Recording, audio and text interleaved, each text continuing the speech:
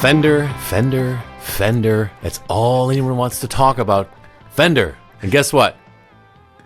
We're going to talk about it too. It's inescapable, Alex. But you know what? I mean, I've had non-guitar people who have seen some of the videos, saw our podcast, our previous podcast, and they're like, wow, what's going on with Fender? Is that all you guys talk about? And I was like, you know what? Yeah, now it is. That's all we talk about.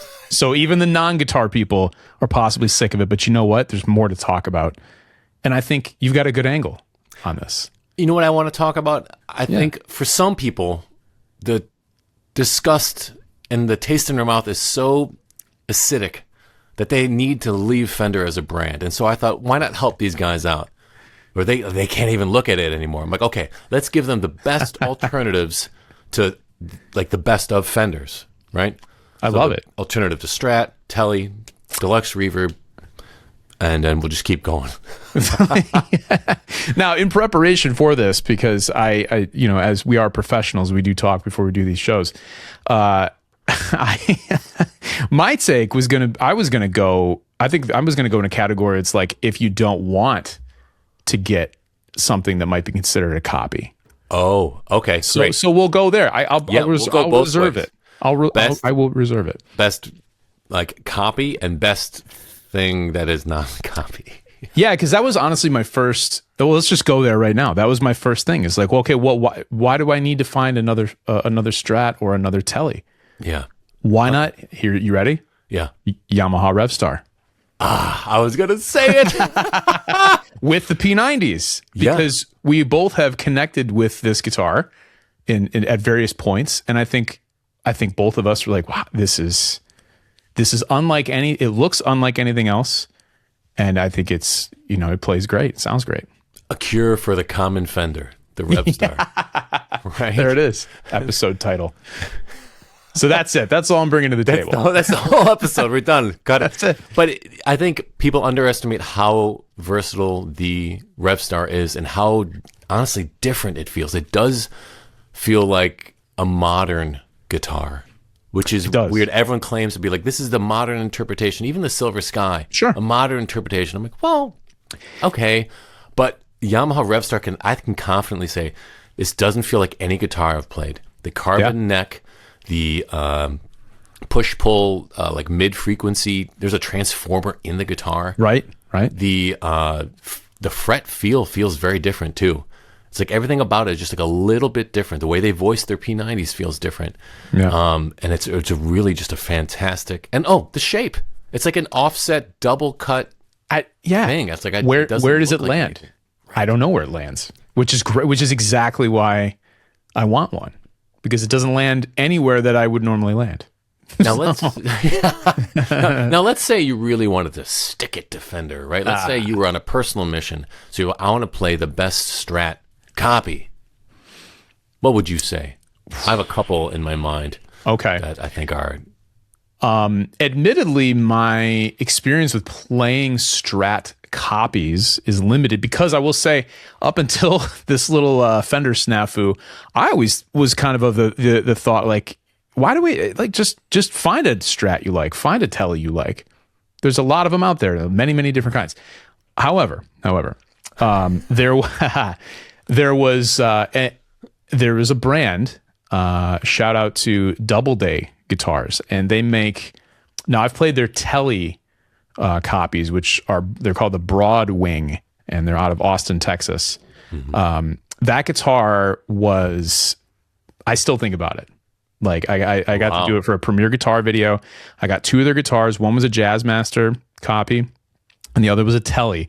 And man, I'm telling you, this Tele, it's just, I'm not even really a Tele guy, but it's one of two things I've had to send back that hurt me to send back. Guess what the other one was? The Revstar. Yeah.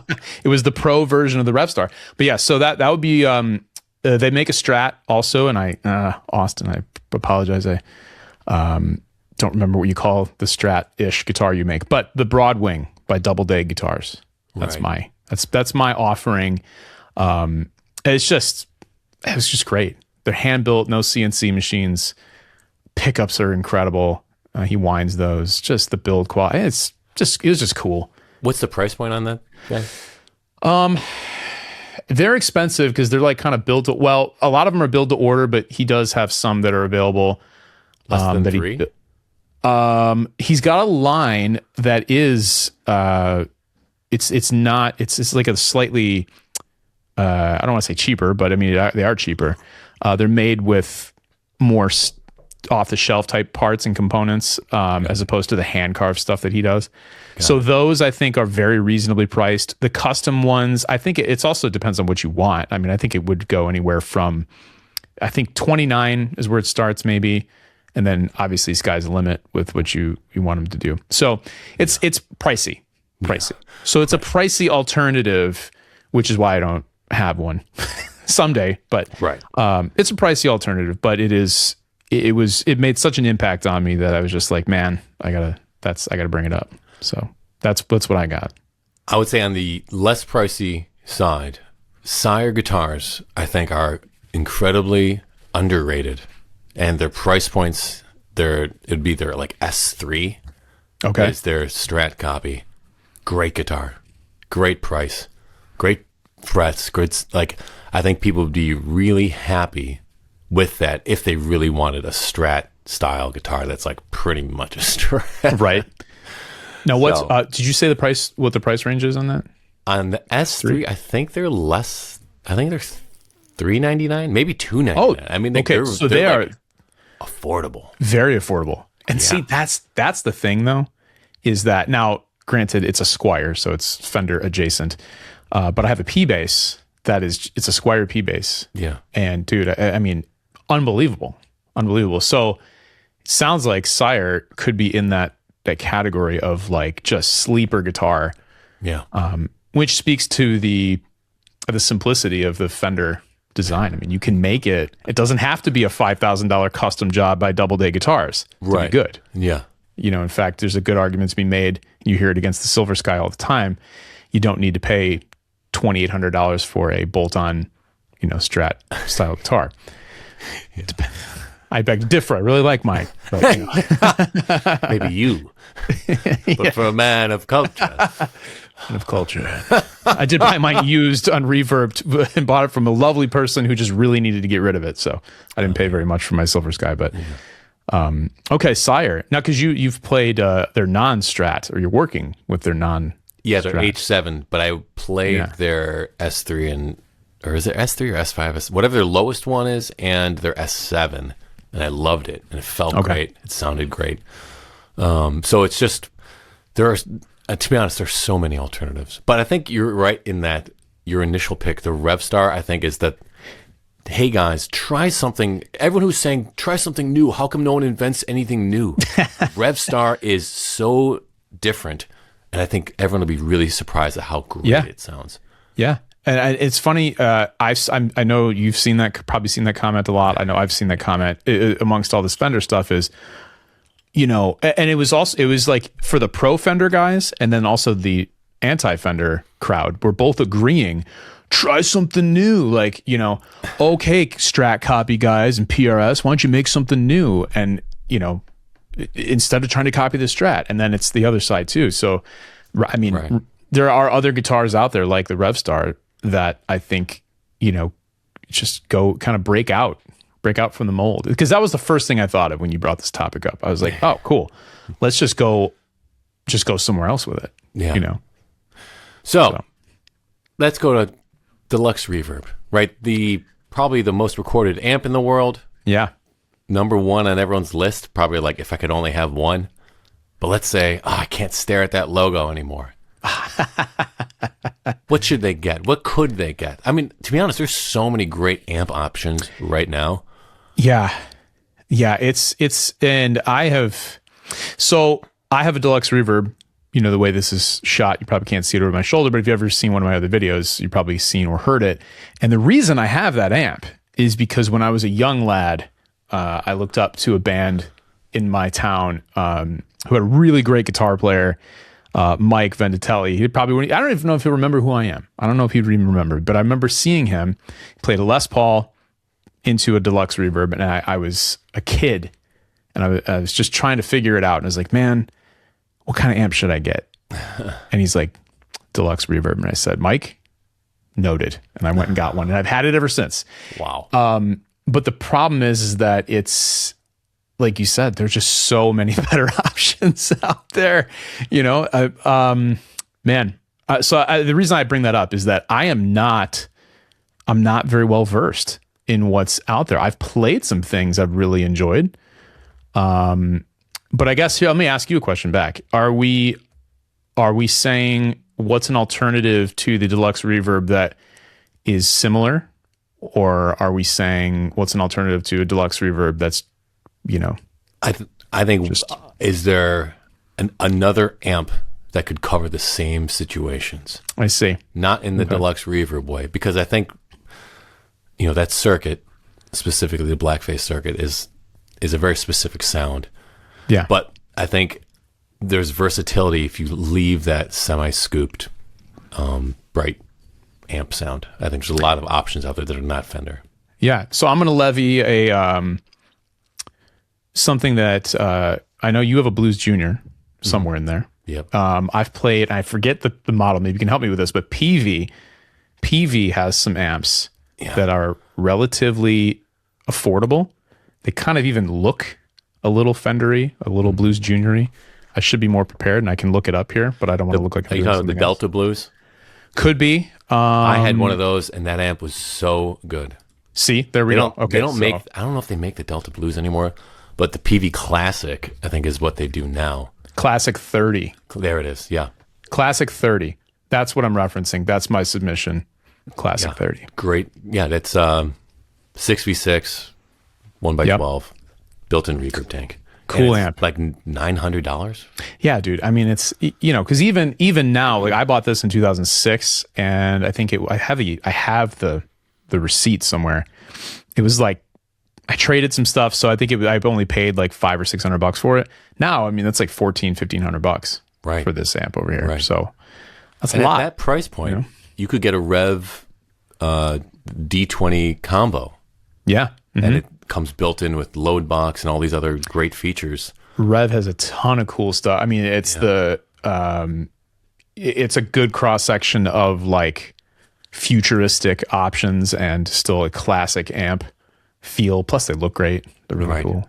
They do look very cool. Yeah. You know what? People are gonna get mad at me, but Boss Katana, dude. Boss Katana's I like if for the road guy. Boss Katana's really pretty good, man. And it's as long as you have like great pedals, and you're obviously, if you're a good guitarist, you can make a Boss Katana sound great. If you're a bad guitarist, like you're in a Great point. Great point.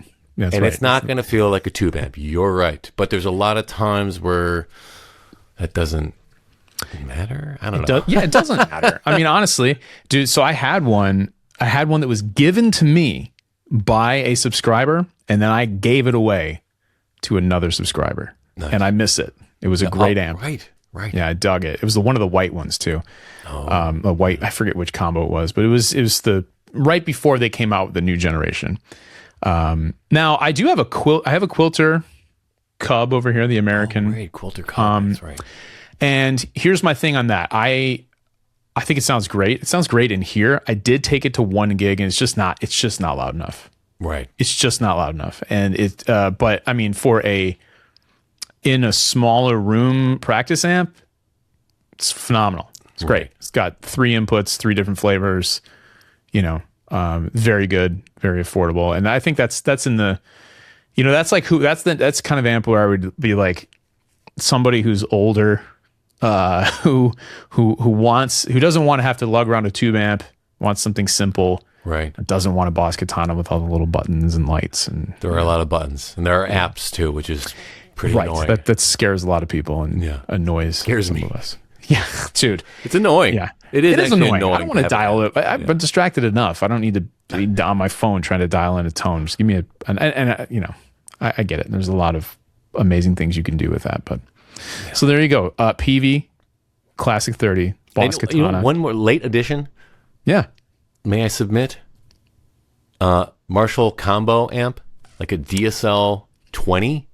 Yeah. Like, right? DSL 20, is that their combo? DSL 20C? think so. Great amp. lots rips. of power, and I think it's only 1,200.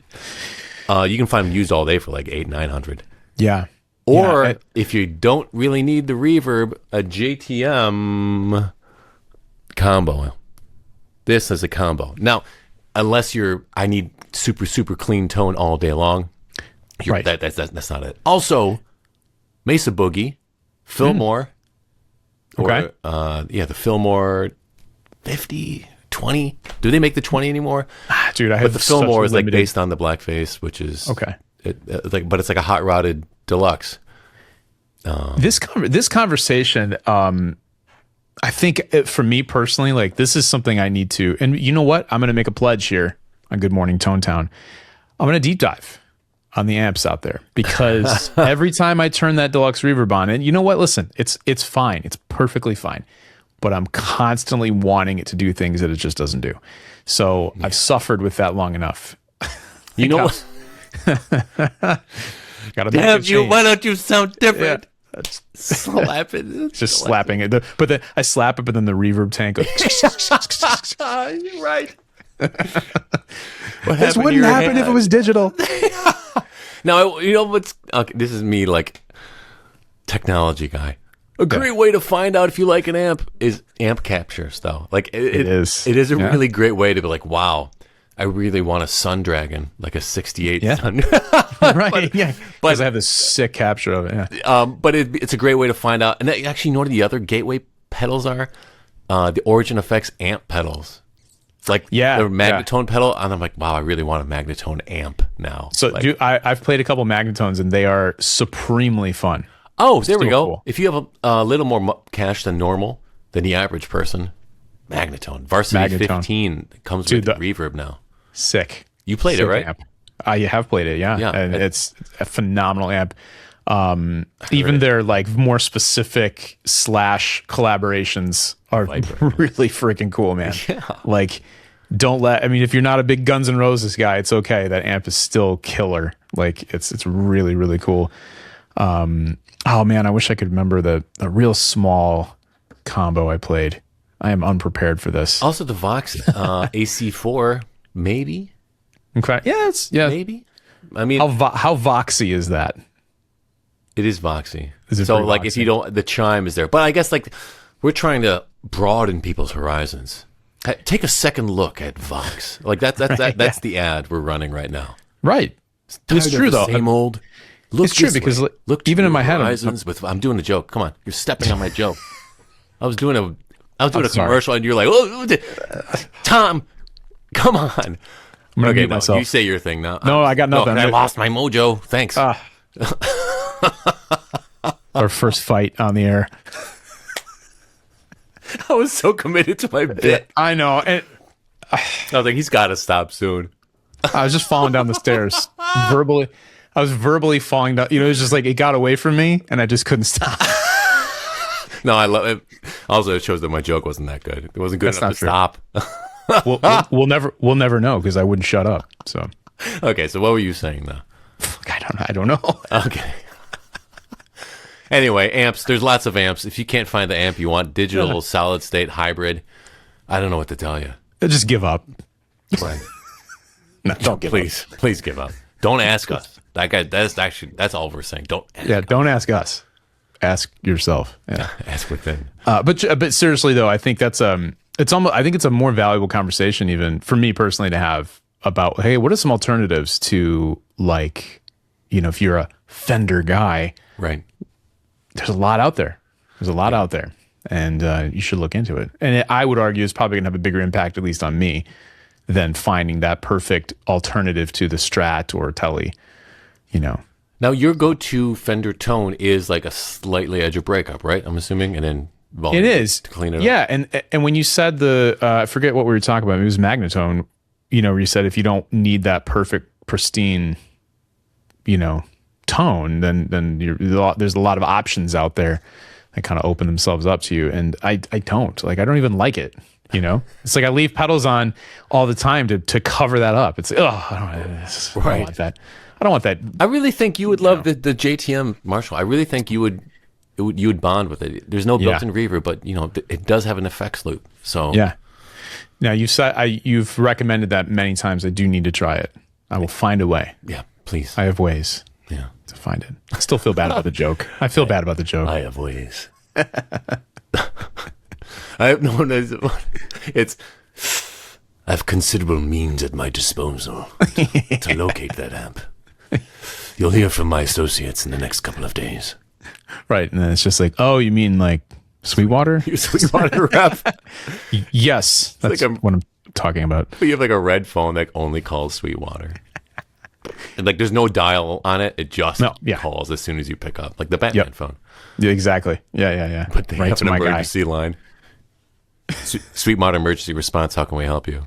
That's funny. They should. That's funny. That's a lot funnier than the thing I pitched to you like 2 years ago for the Halloween skit, which was also funny, but could potentially destroy my relationship with them. Sweetwater. But also, I think a lot of people did it already. So they did. Oh, totally. I think Sweetwater emergency response is like, there's a problem in Tonetown.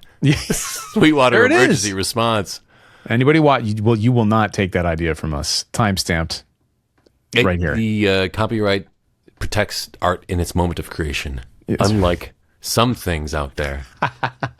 Excuse me while I grab my Strat. I'm not going to Dusseldorf anytime soon. That's right. Tonetown hosts also sued in Dusseldorf. Photo of us with our hands handcuffed. It was a bit. It was a joke. In lieu of hot or not, I have a alternative. Okay. Would you rather? Nice. We're breaking Tonetown tradition already. I love it. No rules. Yeah, nothing is sacred. Nothing is not sacred. to us, at least. That's right. Would you rather? Okay. Every time you play a gig, the first note string breaks, or first note strap breaks. And there's no way I can prevent this. It's fresh every time. Like you forget it happens, and so every single time you play a new show, it happens again. You're like, I can't believe it. Into perpetuity for the rest of my life. For the rest of your life, every what happens. Gig, yeah. I'm gonna go Strat breaking because it's funnier. Because I think the number of ways that can go wrong is a lot funnier than the string breaking, because your average audience member may not even notice that you've broken potentially a very important string, and they're going to be like, that doesn't sound right, or what's his problem? But if my strap fails and just absolutely disintegrates every time, that's hysterical, and it's very obvious to anybody. Got it. So it's like visually the crowd understands something is wrong. It's part of the show. Yeah, I could make the show more interesting with that. Right. Like the lion is like biting the tamer at this point. Uh-oh. Every time with this guy. All right, your turn. I would say I would say string break. Okay. I would say string break, and I had to take it off and finish the song without the guitar and then backup guitar. Because I feel like soldiering on. That's like he's getting through it. Yes. I can make a big act out of it that way. Yeah. Yes. And I would hope that the crowd would be sympathetic in my plight. I like that, though. No, I like it. That's because, I've seen some really great mid-song guitar swaps due to string change or string breakage. It can be cool. Yeah, and I think there's two. I think there's with Stevie Ray Vaughan. There's an example of both of these things. There's his strap fails, I believe, and he somehow saves it in a cool way and does something amazing with it. But then there's also a very famous or infamous video of Rene Martinez coming out with a Strat to replace the number one Strat that had a string break, and it's just like it's like a perfect part of the song, just bang right in, like super cool. It's a great video. Yeah. Now, do I need to propose one back to you? You can. I have another if you want. Okay, give me another one, and then I'll see if I can come up with something. Okay, yeah. Okay, would you rather every show you play is packed, but you don't play that well, or every show you play incredibly, but it's like 10 people, 15 people? 10 people, 15 people playing incredibly.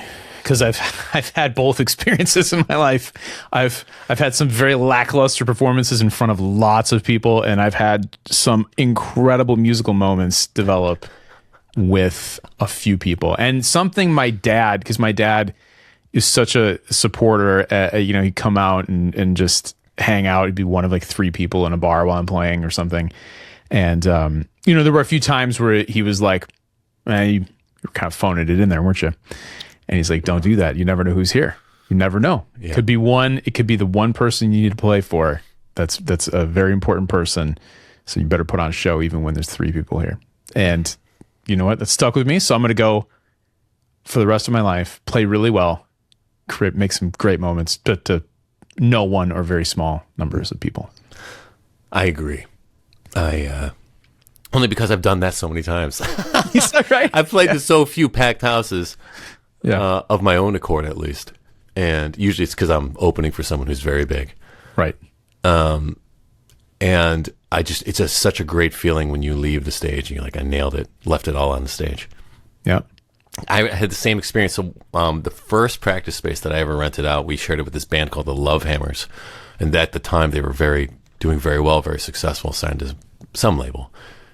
And they were telling us like, yeah, we played this gig at like a Bar Louie in the middle of like Omaha, and there was 3 people there, and one of them was the Central Region booking agent for Live Nation. There you go. Like, and that is literal. And we're like, let's just have fun. 3 people, like 2, like one was a bartender, was the busboy, and then 1 patron, and they like went for it, and they got signed to a like road deal, I think is what it was from that.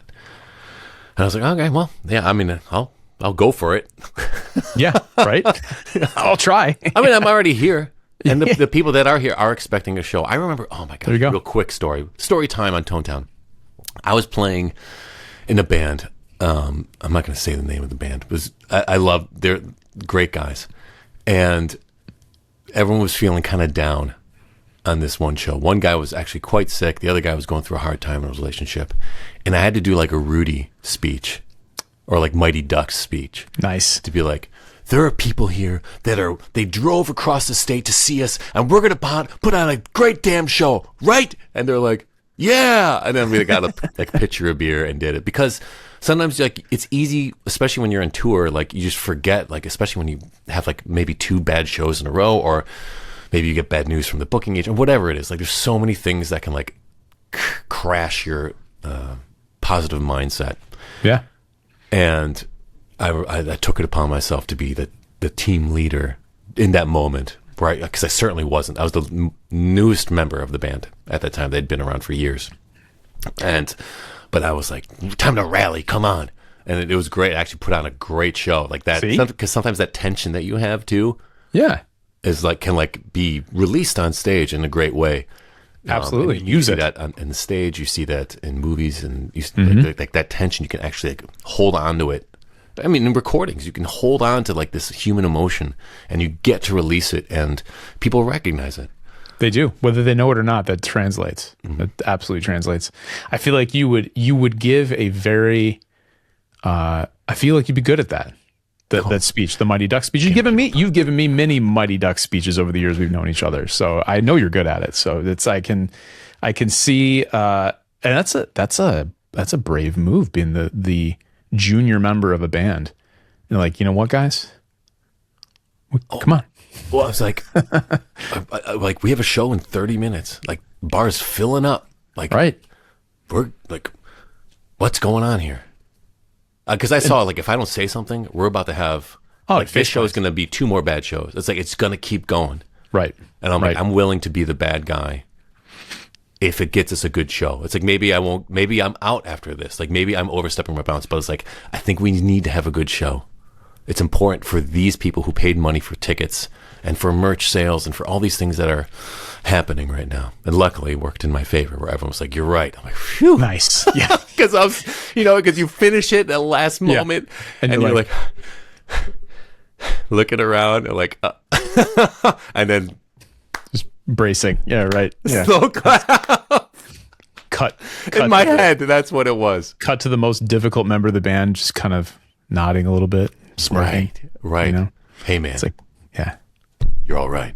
Thank you. The pat in the back. Yeah, exactly. Right before you go out. Hey, thanks. You know, it's like the end of Karate Kid when Johnny, like, hey, Danny, you're all right, man. Hands him the trophy. I remember when I was a kid, like that meant so much to me. I'm like, See? he earned the respect of his bully. I'm like, That's right, man. It's huge. Huge. Good life lesson. Yeah. Good life They lesson. don't make them like they used to, right? Okay. Do you have a would you rather? I got one for you. that's All right. right, here we go. Would you rather have the one guitar that it's, and if you're a guitar player, you know, like it just fulfills everything. It means something to you. It's got sentimental value, but it's also got utility. It feels great. It's just like it's the one. The one. Or would you? Excalibur. Yeah, exactly. Or would you rather have the means to get any guitar, get your hands on any guitar you want, but you'll never actually be satisfied with whatever you can get your hands on? Oh, it's like a very Hitchcock kind of thing. Or actually, no, Outer Limits. This is like, or Twilight Zone kind of thing. There you go. Yeah. If I had a one, But with the one guitar scenario, you can't have any other guitars. right, that's it. That's the only, you only got, yeah. Right. Ooh. If it fulfilled me on a level that is like spiritual, sounds like musically, spiritually, Yes. physically, it always does what I need it to do. Mm-hmm. Oh, I'll take that. You know why? Because now I don't have to think about it, and also I can be known as that's the jazz master guy or whatever it is. It's Right, like yeah. he's that guy. I think it's really good to be known as that guy plays that guitar and gets that sound. I think having a personal sound and you are confident in your expression. I think that goes so far in artistry and in just like being known. Yeah. Mm-hmm. So one guitar for sure. Agreed. Totally agreed. Agreed. Because it's like, I mean, there's also I think, is it Sebastian? Did you send me him? Yeah, Sebastian. Phenomenal Yeah. player. Yeah. Really, really great. At least through Instagram teacher.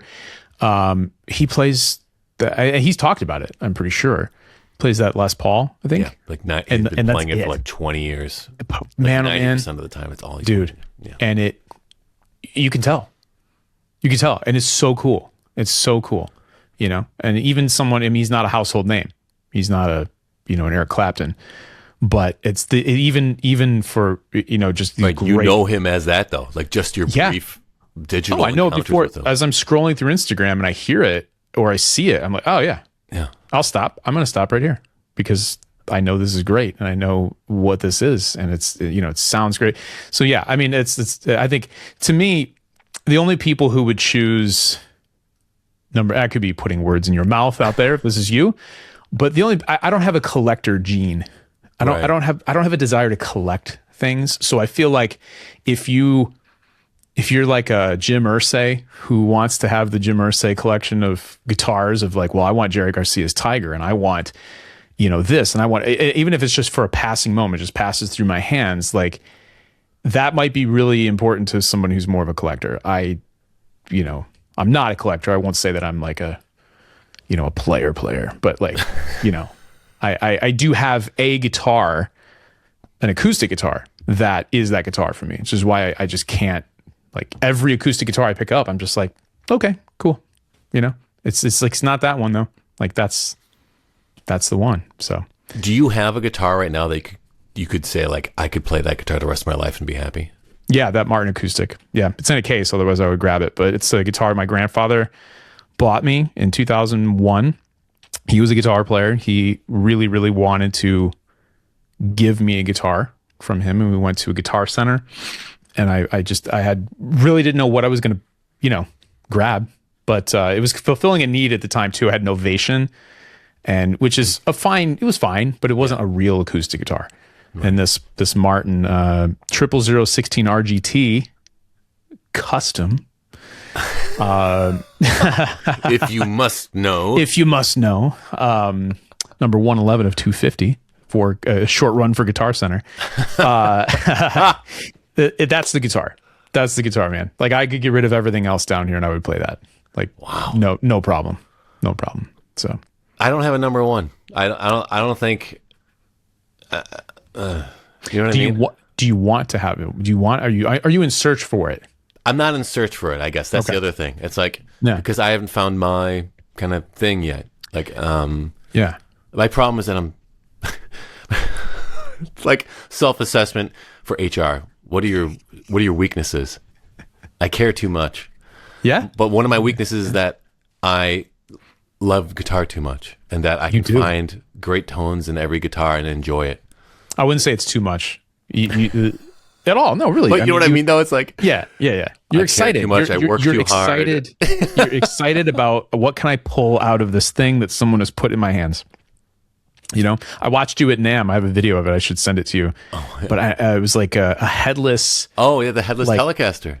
Yeah, and the joy of why, like the joy you got out of like, yes, like this, and you're like mentioning specific things about it that you enjoy, not just like, yeah, man, this sounds great. You know, it was like, I can't remember what you said, but it was very specific. It was not an empty compliment. And I was like, he really does love this. I love guitar so much. I mean, it's like, that's why I'm the worst reviewer in the world. They're like, hey, what are the downsides? I'm like, I don't know.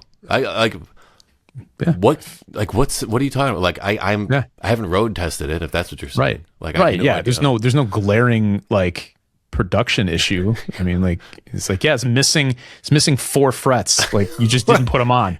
Like, you know, no, it's, yeah. We're going to have a whole separate episode about bias. Because biased. There's That's bias. Yeah.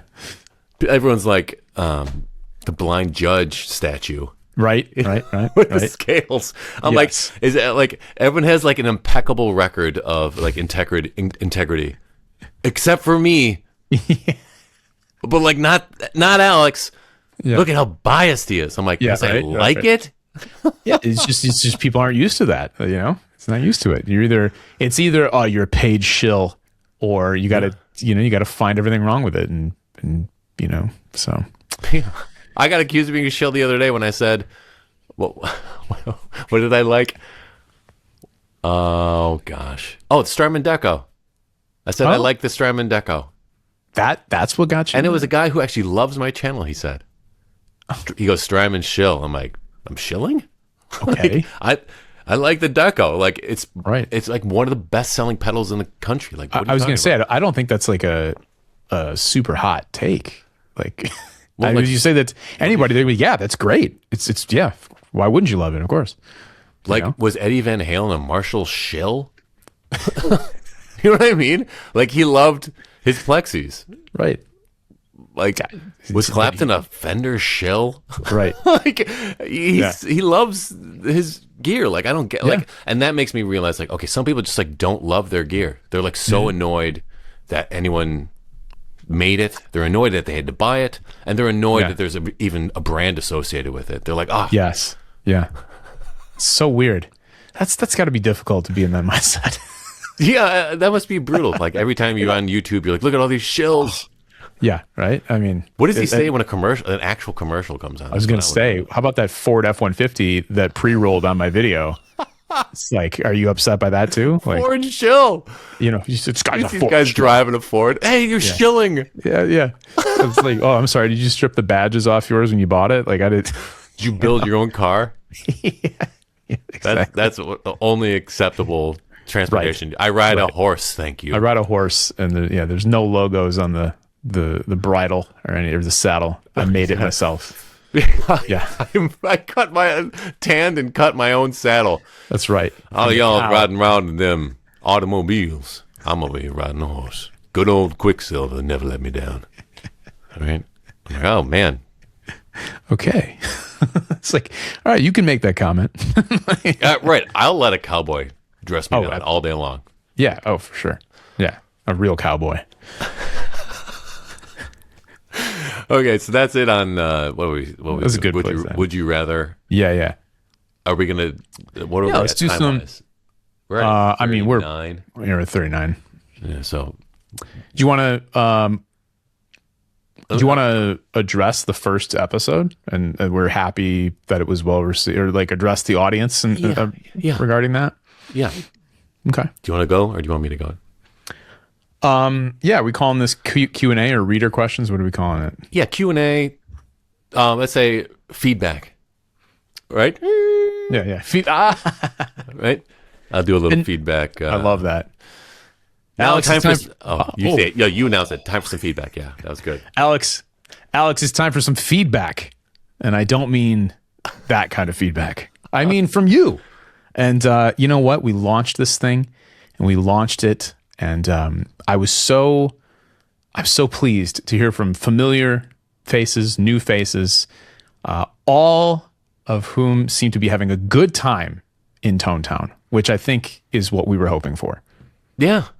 I just want to have fun and talk about guitars. You know, right? Life's too short to not have fun. Yeah. And I feel like people are having fun with it. I hope they're having fun with us. I mean, it should be fun. Yeah, if they can't, check your pulse, Jack. Yeah.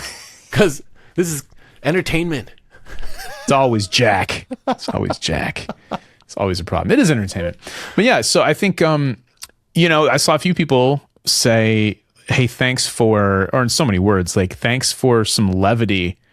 Because, in particular with the Fender thing, which is obviously top of mind and was top of mind in an episode of ours, the inaugural episode, you can get pretty like melancholy and serious. And, we're all legal scholars now. It's like, man, what if we just laughed? Because some of this is funny. This is a little funny. So thanks for coming along on that journey with us. We plan on keeping it fun here in Town. Yeah, we are the least serious podcast in the least serious place on the world, the internet. I hope so. Yeah, I hope we are. I hope we maintain that claim. So, I will say, like, some of the comments I found interesting, and I'd like to push back though, just slightly. Let's do it. It's not Fender's IP. People going like, "Oh, they stole Fender's IP." I'm like, it's not their IP. That's the whole point, guys. Right. They let the trademarks. They lost their trademark lawsuit, and they only got it back by default through when someone else did not defend it. And if it goes back to court, they will likely lose because in Germany they do not have they don't build on precedent. So, like, guys, it's not their IP.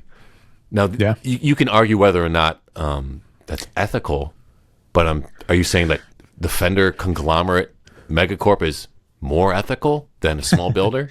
Like, and that's fine. You can say, you can put yourself there, but like, that is what your position is. I am saying the private equity owned global corporation is more ethical than a small builder. And that's the position to take. But don't think that you're like on the side of, I am right all the time, moral guy. You are arguing from the position of, we own that, we decide we want that IP back, and we're going to sue everyone to keep them at bay.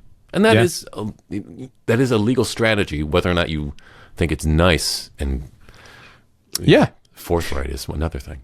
Yeah, I think and that was the inspiration for me to make the videos I made, because I got that comment a lot. And I'm like, you guys, like, and again, not a lawyer, but you have to understand that this is not new, and this is just, it's too late. Because there was a guy who made a comment on one of my videos and it was very well thought out. It was written, it was huge. The comment was like this long, but I'm like, man, if you were telling me this in 1962, I'd be like, you're absolutely right. You're absolutely right. They should defend it. It's still defendable. I want to say 12 or 14 years or something like that for the original trademark in the US. And then they didn't do anything, and they didn't do anything decade after decade after decade after decade. Right. And listen, like, hey, I understand if you create, because it's like, if you create something somebody else shouldn't be able to copy. Sure, I get it. But you have to go the Gibson route then, and consistently and constantly, and much to the dismay of many Gibson fans, defend it. Yeah, because look at what that's done for Gibson. I mean, they could have done that. They could have taken the Fender route and not, but instead they've very much defended the Les Paul shape and the stuff with Heritage, and then later on with PRS. And I don't know if it's really helped them, public image wise. So Right. We've talked about it before. I always thought, well, Fender's cool. Fender's cool because they let people make their guitars. That's fun. Right. They're the cool guys. Not anymore. Not anymore. So that's the one thing that I found, that like people are arguing with like their feelings.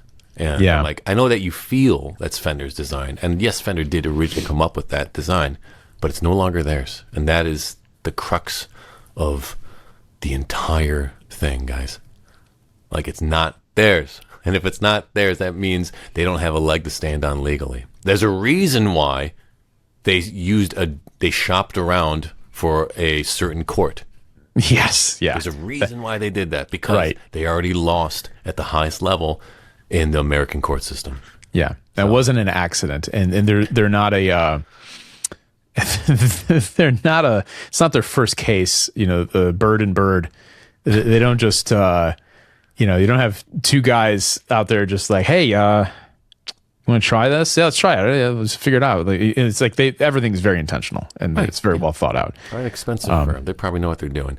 I would think so. I wonder what PRS is going to do, though. I wonder what counter, because it's a cease and desist. So Yeah. they can. It's not, you're not countersuing. You can actually sue for something, right? Yeah, I mean, I think you can Harassment you can choose to not respond, call their bluff. You could enter into discussions behind closed doors with them, which I assume. I mean, like, to me, I've heard multiple actual lawyers say that, like, it's almost like a conversation starter letter. These threats are made, and then behind the scenes, and conversations are happening, and then I don't know. I mean, there's no way a licensing deal is going to happen between PRS and Fender not anymore. Yeah, so that ship has sailed. Yeah, maybe some of these other players in the game, they can go like what is it, Warmoth necks, and you can see on the back of the headstock, like, made under license from Fender Musical Instruments. So maybe some of them will go that route, but I don't know.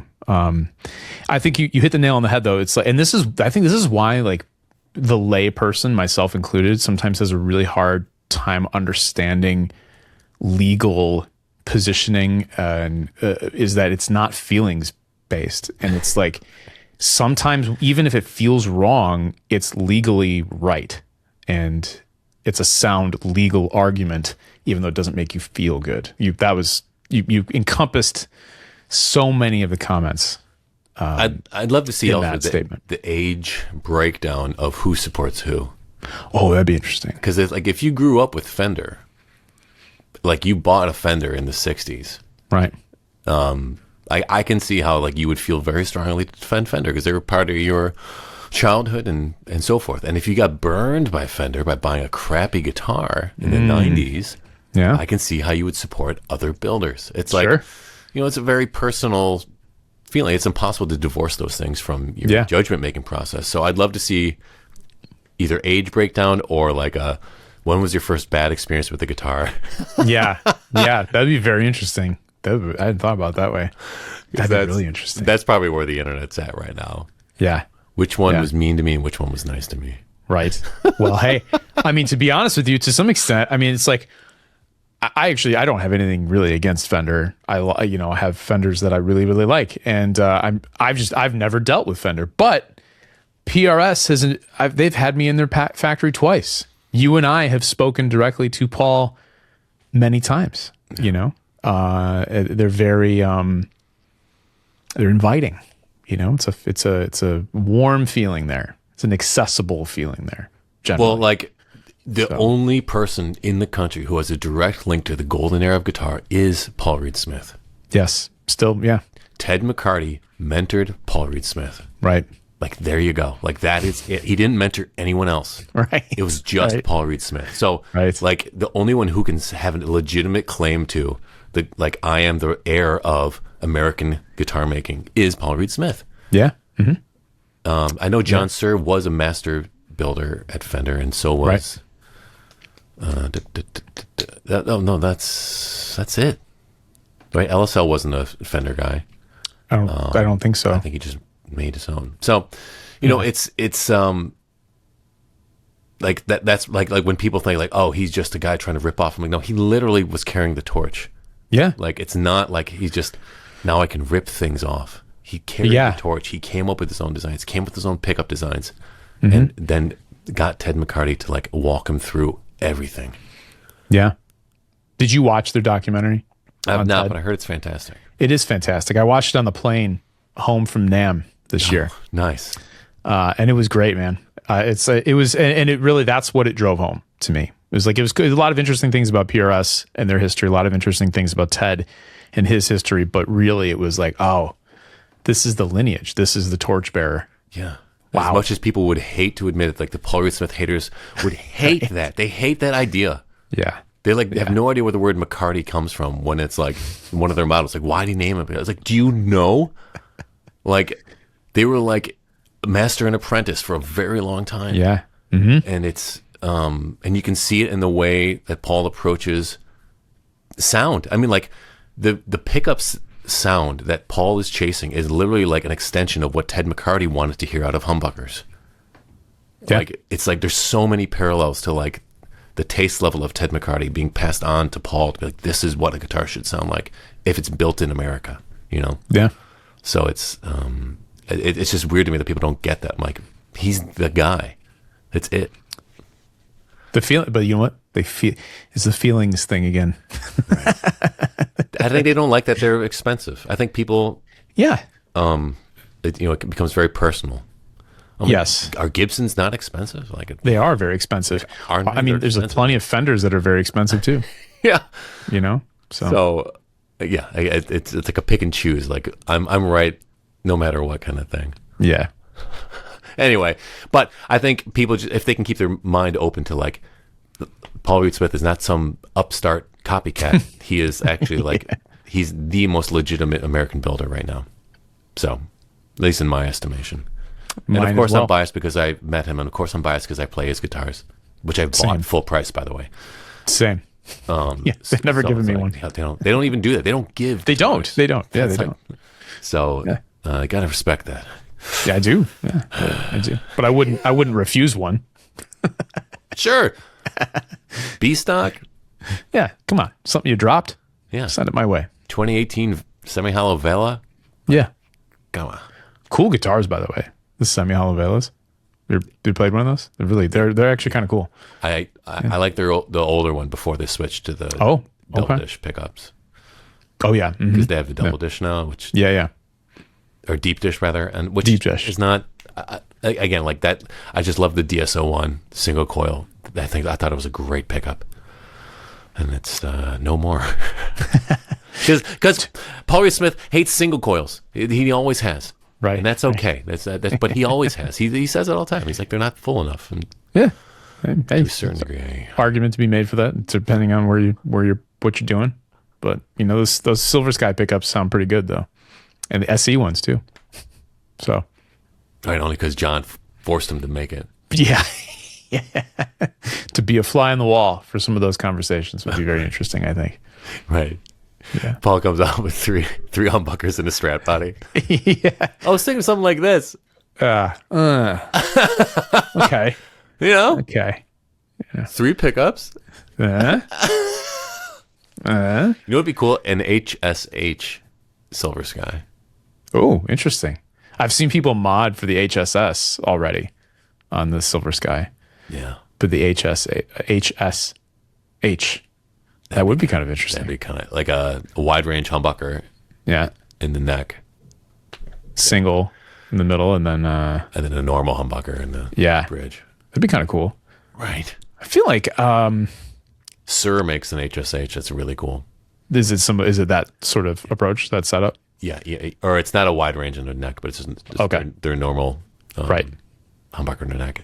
Sweet. Ian Crowley model, I think, or Ian. Oh, But okay. it's very cool. It looks very cool, and I'm like, oh man. So one day, Someday.